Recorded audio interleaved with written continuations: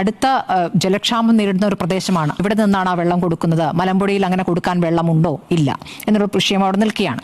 അപ്പോൾ ആ വെള്ളമില്ല എന്നൊരു കാര്യം അവിടെ നിൽക്കുന്നു. ഇപ്പോൾ കഞ്ചിക്കോട് വ്യാവസായിക ആവശ്യത്തിന് ഈ മലമ്പുഴ വെള്ളം ഉപയോഗിക്കുന്നുണ്ടോ?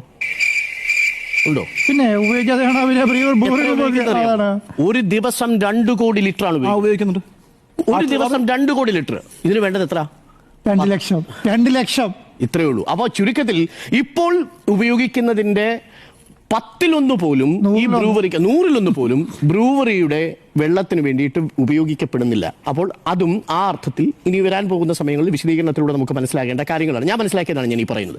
അതുകൊണ്ട് സംസ്ഥാനത്ത് ഒരു 600 കോടിയുടെ ഒരു പ്രോജക്റ്റ് വരുമ്പോൾ ആ പ്രോജക്റ്റിന്റെ പരിസ്ഥിതി പ്രശ്നങ്ങൾ പരിഹരിക്കണം, ആശങ്കകൾ പരിഹരിക്കണം. പക്ഷെ അപ്പോഴും ഞാൻ ഈ പ്ലാന്റിനെ സ്വാഗതം ചെയ്യുന്നു.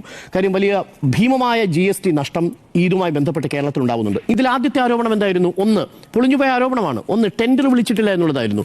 ഇത്തരമൊരു സംരംഭത്തിന് ടെൻഡറിന്റെ ആവശ്യമേ ഇല്ല. കാര്യം എഥനോൾ നിർമ്മാണത്തിനുള്ള ഷോർട്ട് ലിസ്റ്റ് ചെയ്ത കമ്പനിയാണ് ഈ ഒയാസിസ് കമ്പനി എന്ന് ഉത്തരവിൽ തന്നെ പറയുന്നുണ്ട്. മറ്റൊരു കമ്പനിയും ഈ പറയുന്ന പ്രോജക്റ്റിന് വേണ്ടി അപ്ലൈ ചെയ്തിട്ടില്ല. കർണാടകയും ഗോവയുമാണ് ലാഭം അടിച്ചുകൊണ്ട് പോകുന്നത് മുഴുവൻ. അത് കേരളത്തിൽ GST കിട്ടുന്നത് കൊണ്ട് ആർക്കാണ് വിഷമം? അതൊന്ന്. ഇതുമായി ബന്ധപ്പെട്ടുള്ള തൊഴിലവസരങ്ങൾ നമുക്ക് കിട്ടുന്നില്ലേ?